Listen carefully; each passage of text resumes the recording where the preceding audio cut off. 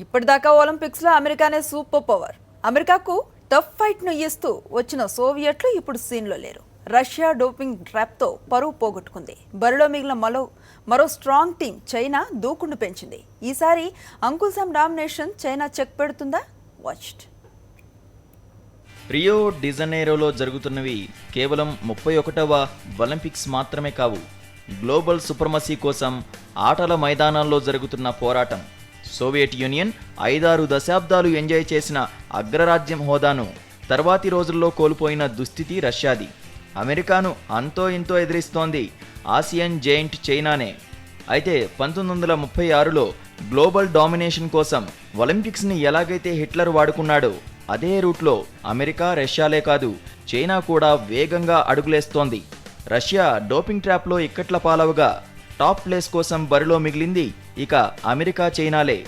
ఇన్నేళ్లు top ప్లేస్ని enjoy చేస్తూ వచ్చిన అమెరికాకు ఈసారి ఎలాగైనా చుక్కలు చూపించాలని చైనా పెద్ద ప్రయత్నమే చేస్తోంది. అయితే అందుకోసం ఎంచుకున్న పద్ధతే బాగోలేదు. అదేమిటో చైనా స్పోర్ట్స్ బ్యాక్గ్రౌండ్ చూస్తేనే అర్థమవుతుంది.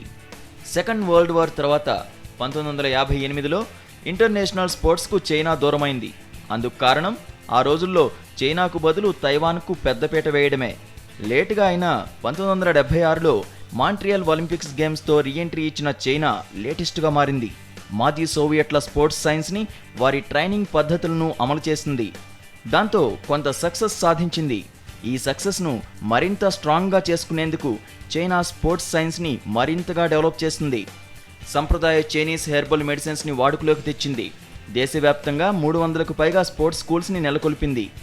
ఆరోగ్యంగా ఉన్న 5-6 ఏళ్ల పిల్లల్ని వారి తల్లిదండ్రుల నుండి వేరు చేయడం, స్పోర్ట్స్తో పాటు చదువులోనూ కఠిన శిక్షణ ఇవ్వడం కామన్ అయింది. ఓ విధంగా పిల్లలను బాల్యం ఎంజాయ్ చేయకుండా చైనా బాలల హక్కులను హరిస్తోందనే వాదన కూడా బయలుదేరింది. విమర్శల సంగతి ఎలా ఉన్నా చైనీస్ ప్లేయర్లు డోపింగ్కు దొరకకుండా గర్వంగా మెడల్స్ ఎగరేసుకుపోతున్నారు. చైనీస్ ట్రైనింగ్ పద్ధతులపై విమర్శలు వస్తున్నా డోపింగ్ సీక్రెట్స్ మాత్రం బట్టబయలు కాలేదు. ఒలింపిక్స్లో సూపర్ పవర్స్ అమెరికా, రష్యాలను చైనా సవాల్ చేసింది.